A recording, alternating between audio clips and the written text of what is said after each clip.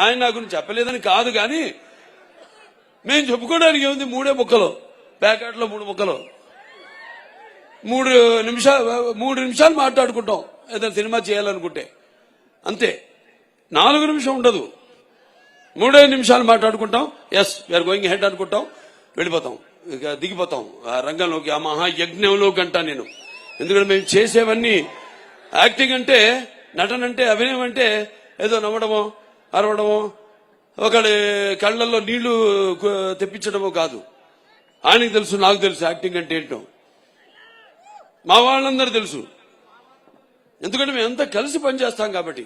Acting అంటే ఇంకో ఆత్మలోకి ప్రవేశిస్తున్నాం మనం, ఆ ఆత్మ అనుభవాలు మనకు తెలీదు, కానీ వెళ్తున్నాం ఆ పాత్రలోకి.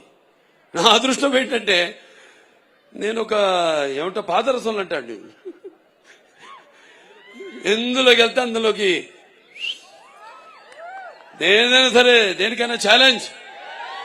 పాదరసం తెలుసు కదా మీకు, ఎటు వెళ్తే ఆకారం తీసుకుంటుంది అది.